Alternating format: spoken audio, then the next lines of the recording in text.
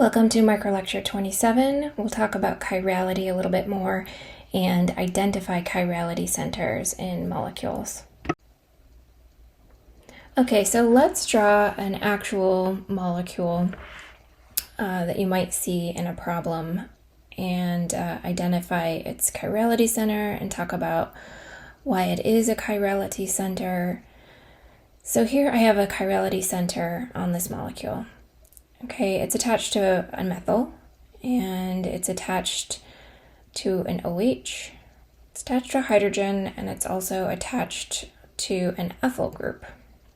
So 4 unique groups around this carbon makes it a chirality center or chiral center. Well, what I want you to think about is if you horizontally flipped this molecule, and if you have this built in using your molecular modeling kit, it might help. But let's flip it horizontally. And so we are not going to get to the non-superimposable mirror image this way. In other words, we're not going to get to the enantiomer. And I want to show you that just flipping a molecule around does not get you there. So the ethyl would now be swapped with the methyl. And the OH, which was pointed forward, if you flip the molecule from right to left and left to right, well, it's going to point back now. And the hydrogen that was back is now going to be pointed forward. So you have to either be able to do that in your head or use a molecular modeling kit. This is a horizontal flip, and it does not get you to the enantiomer. Okay, these are the same exact molecule. So in order to get to an enantiomer, we have to have 2 of the groups stay right where they are. So I'm going to redraw this as an enantiomer now.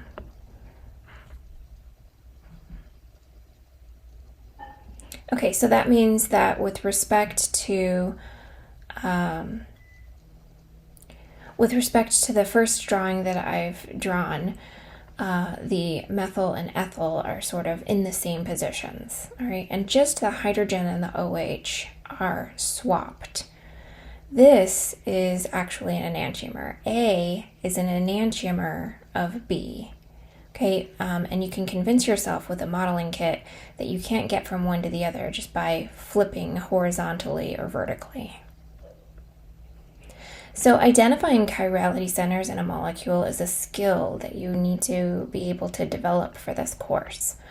By the way, stereocenters, chirality centers, asymmetric centers, these are all different names for the same thing. What we're talking about is an atom, carbon usually in this course, that is attached to 4 unique substituents. So I'm going to redraw what I drew on the previous slide and just kind of compare 2 molecules real quick. So this is the molecule that we had drawn on the previous slide, and let me now draw this one. It's similar but not quite the same. We're going to say identify which molecule has a stereocenter. Obviously, the one that we drew before has the stereocenter. It's right there.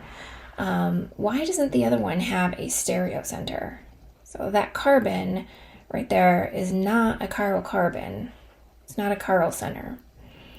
It's attached to a methyl and a methyl. Those are the same.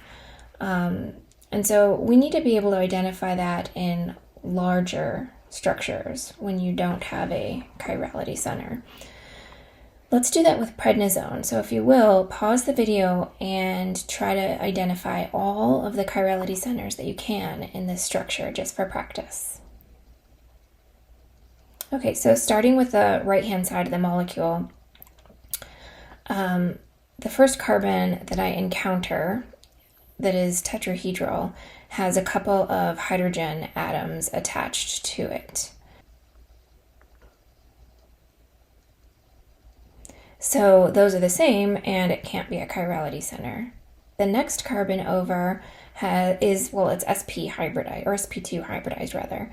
So it can't be attached to 4 unique groups either. sp2 hybridized carbons are not ever going to be chiral centers.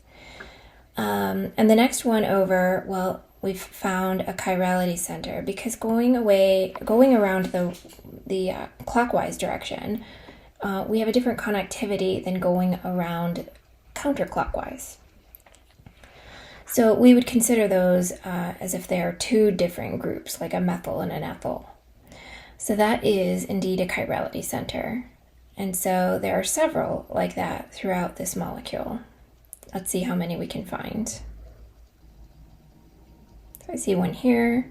It's 2, 3, 4, 5, and 6.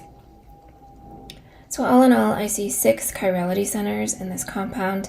You can go back through and convince yourself that any of the other ones, any of the other carbon atoms are not. For example, these ones have 2 hydrogens each, and then you've got your sp2 hybridized carbons, none of which can be chirality centers.